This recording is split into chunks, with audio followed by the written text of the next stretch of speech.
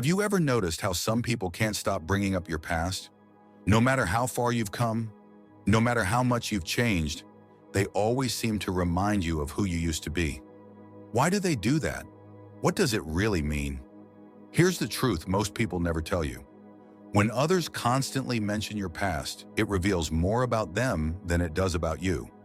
And if you don't understand this, you might spend your life chained to the person you no longer are. But today, we're going to break those chains. Through the timeless lens of Stoic philosophy, we'll uncover the hidden truths behind why people keep dragging your history into the present. And trust me, once you understand these 5 powerful insights, you'll never see those comments the same way again. Stay with me till the end, because what you're about to hear might just change the way you see yourself forever. 1. They haven't grown, so they can't accept that you have. Let's be real. Growth intimidates those who've stayed the same. When someone constantly brings up your past mistakes or failures, it's often because your evolution makes them uncomfortable. Your improvement is a reminder of their stagnation. According to Stoic wisdom, Epictetus once said, "It's not what happens to you, but how you react to it that matters." When you level up, when you take responsibility for your life, you stop reacting like you used to. That disrupts their illusion of who they thought you were. So what do? They drag out the old you, hoping to make you doubt the new version of yourself. Because if you believe you haven't changed, they don't have to confront the fact that they haven't either. Here's the truth. Your past is not a prison, it's a lesson. And if they can't see your growth, it's not your job to convince them. Let your actions speak. Keep evolving, and let them sit in the echo chamber of their own limitations. 2. They're trying to control the narrative. Reputation is powerful, and when people fear losing control over how others see you, they'll weaponize your past to control the story. It's psychological warfare.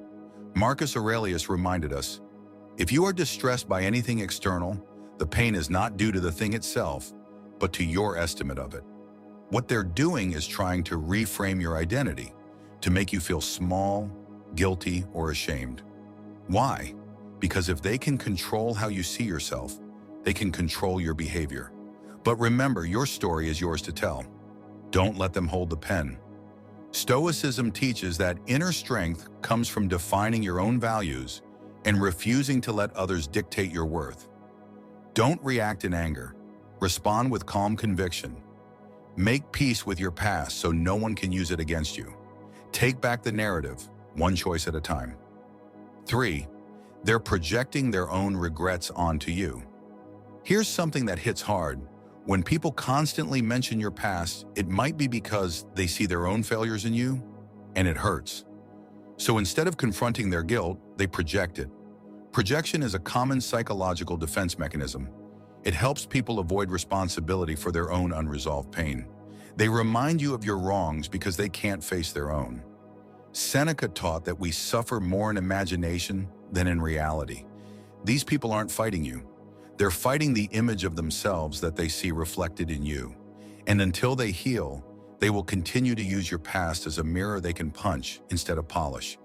But don't take it personally. Their words reveal their wounds. Stay grounded. Know your worth.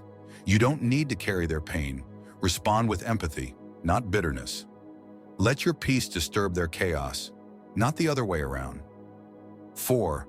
They're afraid of losing power over you. Some people only feel powerful when you're powerless. When you rise, it shakes the foundation of the control they once had. That's when the past becomes their last weapon. They say, "Remember when you failed?" hoping to keep you small. They say, "You've always been like this," because they fear the person you're becoming. But Stoicism reminds us, no one has power over your mind unless you give it to them. And if they need to weaken you to feel strong, then their power was never real. Stand tall. Your past isn't a weakness. It's proof of your strength. Their fear is not your burden to carry. Your growth is not a betrayal. It's a revolution. Don't dim your light just because it hurts their eyes. Let them choke on the dust of the path you've outgrown.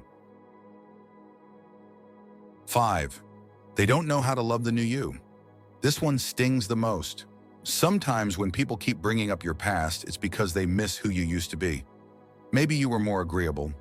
maybe more broken, maybe easier to manipulate. The truth? Some people love the version of you that didn't love yourself. And when you start setting boundaries, healing, rising, you become unfamiliar, and they don't know how to love this version of you. But that's okay. Marcus Aurelius said, "The best revenge is to be unlike him who performed the injury." You owe no one your brokenness. You owe no one your past.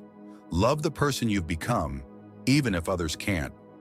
Real connection requires growth on both sides.